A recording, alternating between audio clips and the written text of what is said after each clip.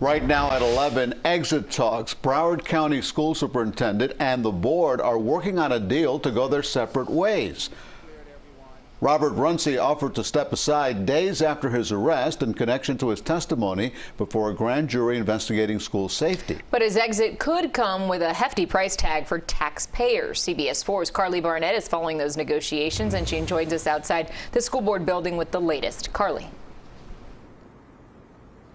Lauren, Elliott, there's a lot to consider here because on one hand, they do want to stay true to that contract with Runcie, but on the other hand, they do want to be respectful of the taxpayers who are footing this bill. A proposed amount was reached Monday for what the Broward School Board is calling a separation of employment with Superintendent Robert Runcie, ringing up at about $743,000.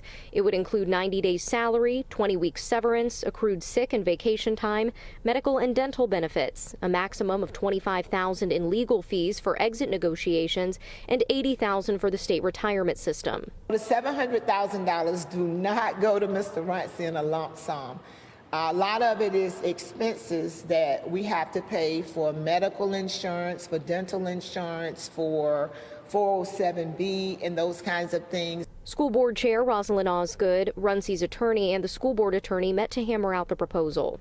Trying to move forward in a way that's going to be fair to Mr. Runcie, fair to the school board, and fair to the community. This stems from Runcie being indicted on a perjury charge after being accused of lying to a grand jury investigating how the district spent money on safety issues after the Parkland tragedy.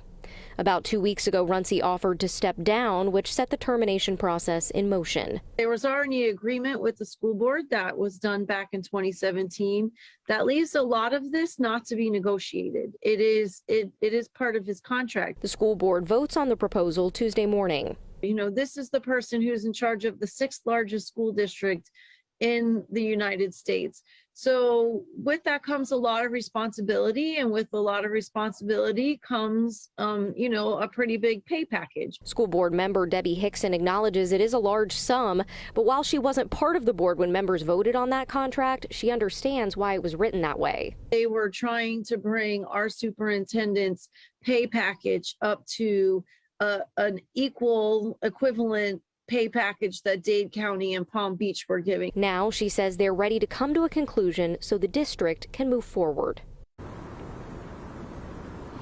And again, to reiterate, none of this is finalized yet. That's going to be taken up for a vote tomorrow morning at a special Broward School Board meeting. That's at 9 a.m. Also, something to consider here, the Broward School Board is going to have to pay for Runcie's legal fees for that indictment. That is not included as part of the $743,000. The amount hasn't been determined yet, but they will be reimbursed if Runcie is found guilty. Live outside of the Broward School Board building, Carly Barnett, CBS 4 News Tonight.